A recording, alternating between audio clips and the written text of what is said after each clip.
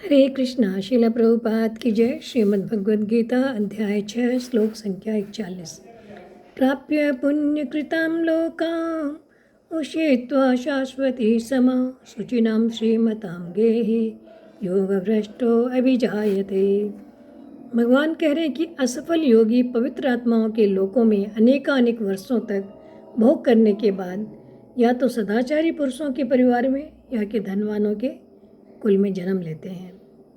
तो यहाँ भगवान बता रहे हैं योग भ्रष्ट व्यक्ति की या असफल योगी की दो श्रेणियाँ होती है।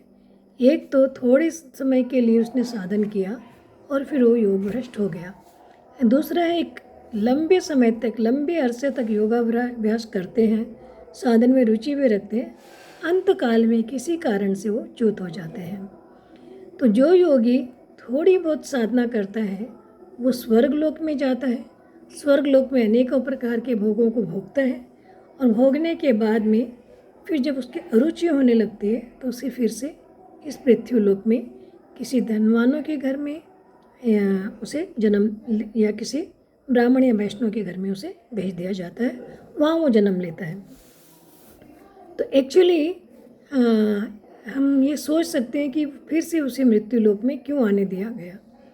तो ऐसा है कि वो साधन तो करना चाहता था परंतु वो नहीं कर पाया, उसका साधन बीच में रह गया। तो भगवान उसे फिर से एक अवसर देते हैं और ऐसे कुल में उसे जन्म देते हैं जो उसका प्रयास असफल रह गया था उसे वो फिर से पूरा कर सके।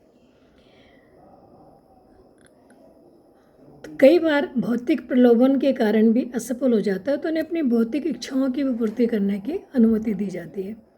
तत्पश्चात अपनी भौतिक इच्छाएं पूरी करने के बाद उन्हें सदाचारी धनवान के परिवार में जन्म मिलता है और वहाँ उन्हें आश्रय दिया जाता है ताकि वो अपने साधनों को फिर से पूरा कर सके और भगवत धाम को जा सके।